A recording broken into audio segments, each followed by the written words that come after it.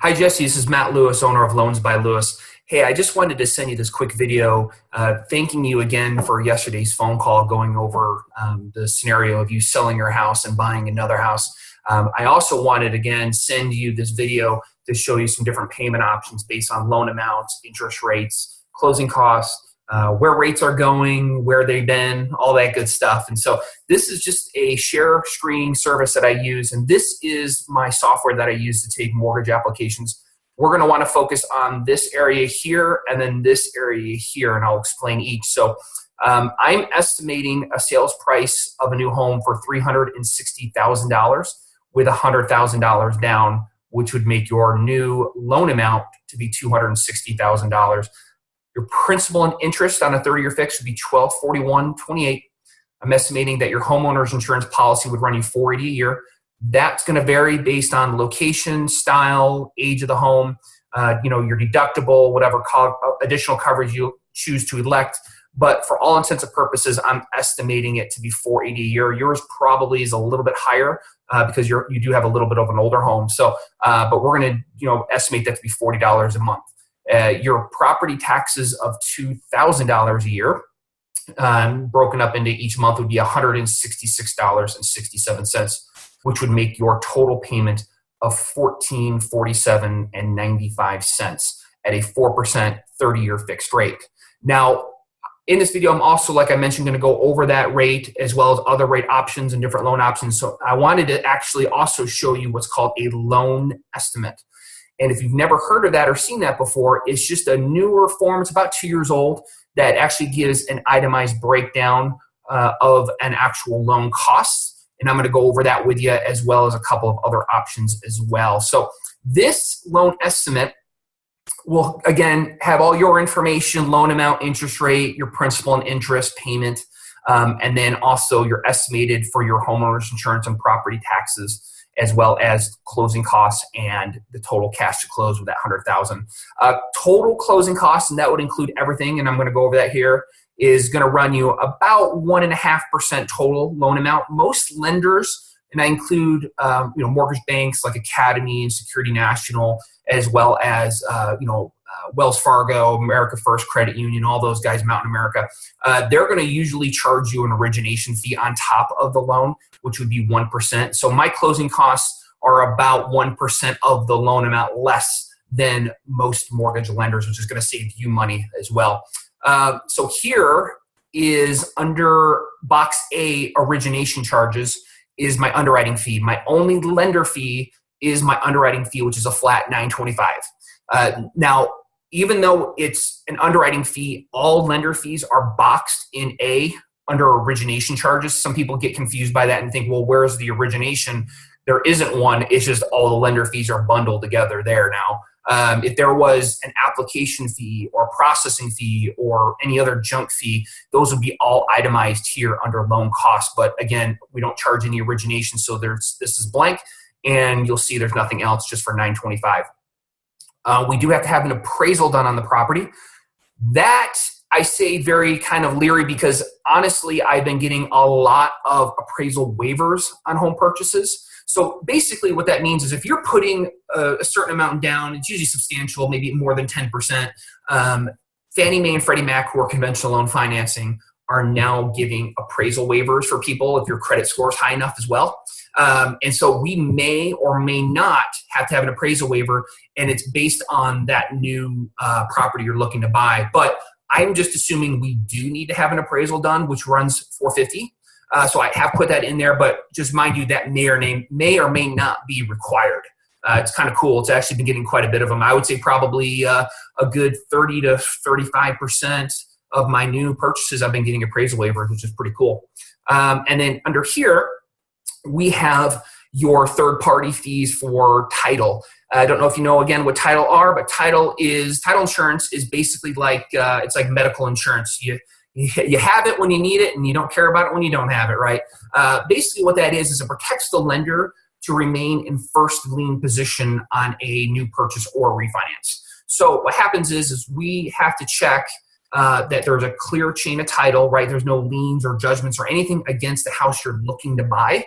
And that's what title insurance does, is it protects the lender in case something should pop up down the road on that property, that the lender's loan always remains in first lien position. So if you ever sell, refinance, pay off the house, the lender obviously gets their money first for the mortgage. And of course, if you were lending someone that amount of money, you would want to get paid first. And that's exactly what that is. Title insurance is regulated by the state, and so are title closing fees. There isn't going to be a real big variance between different title companies. There might be like 25 or 50 bucks, but the title insurance cost is mandatory anytime you get secured financing, such as a mortgage. And that premium, which is $11.64, is based on a loan amount. So higher the loan amount, the higher the premium; lower the loan amount, lower the premium. So I'm getting that $11.64 number based on the loan amount with this purchase price. So when you add in the $925, $450, and then the title closing fees and insurance, that's coming up to $27.89. And then everything else is going to be for your escrow and prepaid interest, for your taxes and your insurance. So as you know, you currently have an escrow account that you're making your payment into for your taxes and insurance. Property taxes are due in November here in Utah. So if you were to hypothetically, let's say, buy a house today, January the 25th, you're only responsible from today's date until November. Obviously, you're the owner of the house. You are not responsible to pay property taxes from November through today's date of last year. So what this does is it creates that cushion so that it automatically pays your homeowner's insurance and your property taxes on the due date. So that's what these numbers are. So they're going to collect the full year of insurance, and then prepaid interest. That is every day of the month there's going to be interest that pushes out your first payment. So for example, let's say we close today, January 25th. If funds are recorded tomorrow, so you get the keys tomorrow, there's either going to be 3 or 4 days of interest on the loan, which pushes your first payment due out to March the 1st. So if you close on the first of the month, there'll be 30 days of interest. If you close on the last day of the month, there's 1 day of interest. So that interest for prepaid interest, that changes based on the day that you close. And then again, here's your cushion for your homeowner's insurance and property taxes that go in that escrow. So in all reality, these boxes, B, C, E, F, G, all that, that's mandatory in the state. So that's not going to vary between lender to lender. The main thing is going to be, what's a lender charging to do the loan. But, honestly, there really isn't a huge, and when I say huge, there really isn't a huge difference between lenders. I mean, some lenders may charge an origination with the same rate, but I'm not talking about it's $10,000 more to do one loan with the other.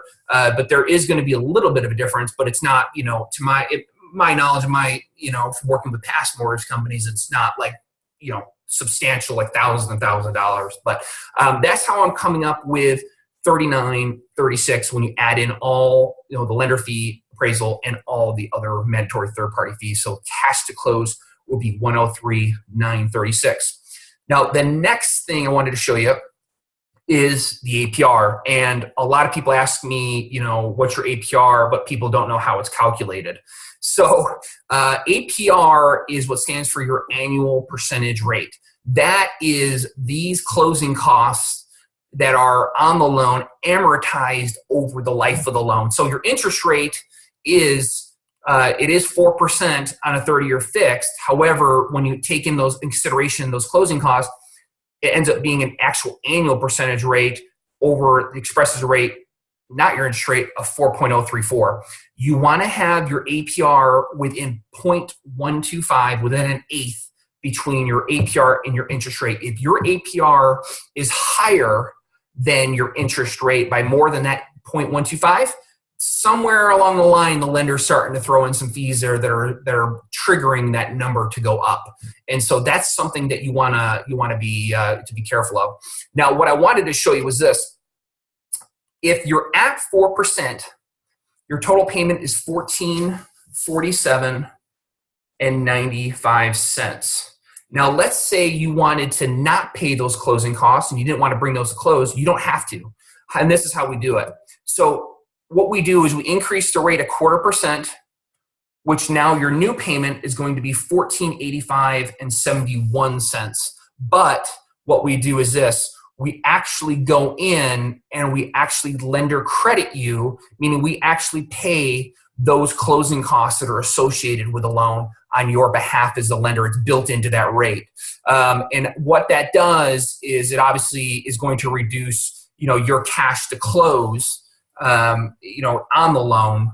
But it also makes things a little bit easier. If you want to, let's say, furnish the house, or you want to do new carpet or new paint or anything, you just can keep your money and go that route. So what we do is we actually go in and we lender credit you that dollar amount to match everything.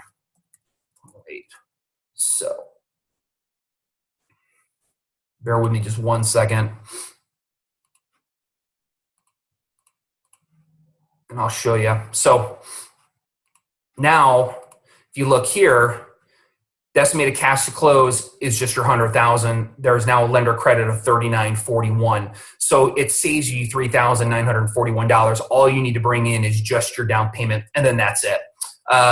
Now, the difference in payment between the two, if you remember, is $1,485 and $71, and your other payment at 4% is $1,447 and $95. So it's a difference of $37.76. So this is how you want to calculate this number: is you want to take what's called your break-even point. So how long is it going to take me to recoup those costs associated with a loan? So the difference is $3,941.08. And then you just divide that number minus your actual payment difference. Is I've got to go back and write this down. So $37.76. So $3,941.08. Whoops. $1,941.08 divided by that $37.76. It's 104 mortgage payments. So you can see 104 mortgage payments, 12 months out of a year. It's almost 9 years. So essentially, it's going to take you 9 years of being in that house to recoup those costs. So what you have to say to yourself is this: if I'm going to buy this house and I know that I'm going to stay over 9 years, take the lower rate. If you're not going to be there for 9 years, or you're uncertain, you're going to want to do the no-cost purchase and take the slightly higher rate, because you'll never recoup those costs. So that's an option that you have. Another option we have is we could also ask the seller to pay those closing costs as well, and that's part of the good negotiating process. It just depends on the property, the market that's going for that particular house, but that's certainly an option. Now, what I also wanted to show to you is I wanted to show you as well interest rates. So this is a software tool that I use. I really follow the market with interest rates. And so I can say, basically go in and say, okay, what's coming out that's going to change interest rates in the future? Where are they now and where they're headed? Not to overload anything, but this is just a snapshot of the last 30 days. So if you see this green line going down, so this is where we were back on December the 29th, and this is where we are today on January the 25th. This indicates this downward means that interest rates are going up. These candlesticks are basically trading in mortgage-backed securities. Like I said, I don't want to go too much in depth with this, but I know you're a smart guy and you get it. Basically, when this goes down, that means rates go up, and vice versa. When these go up, rates go down. And so this is basically where the market is trading currently today. And then also, this is all the other stuff, the software, the programs within the software that I follow. My suggestion is we want to kind of regroup and go over where we're at with rates at the time when you find something. Because talking about it now, it's really difficult because things could change within 2 weeks or 30 days or 6 months or whatever that time period is. But I just want to let you know that I do heavily follow this. Like I said, going back to, I'm not just a loan officer. I look at myself as more like a financial guru or expert or mortgage, financial expert. And this is one of the services that I offer for my clients as well. So I'm going to send you a loan estimate based on what I spoke about, based on that loan amount. Now, also what you want to consider is this. Now, we did mention you just putting the minimum down, and then when you sell your house, just throwing that money. That's called a loan recast. And as I mentioned, lenders allow you to do that. Most lenders cap you doing it once every 2 years. Sounds like you'd only be doing it one time anyways. They charge you like I said, $25 or $50 to do that. But that's something definitely we can do. And then what they'll do is go in and adjust your payment based on how many mortgage payments you have left. So instead of just throwing it straight to principal and your payment remains the same, this $1,485.71 will readjust based on you adding that additional funds in there. So that's kind of a little cool thing too. But also, as I mentioned, and I know I'm talking about a lot, man, sorry. I could definitely refer you out to some amazing real estate agents if you need some help. I know for a fact that I've seen them do a discount. I usually do upwards of a half or more off listing of your house, which then they would just, to get a regular commission on the purchase, but they do offer that half off discount fee for you for listing your house too. So if you need some help with that, I'd love to help you out with that and refer you to a couple people. I have a couple people in mind I think that work really well with you. But if you have any questions about what I went over, feel free to reach out to me. My number again is 801-529-3434. Hope you have a great day, and we'll talk to you soon. Bye.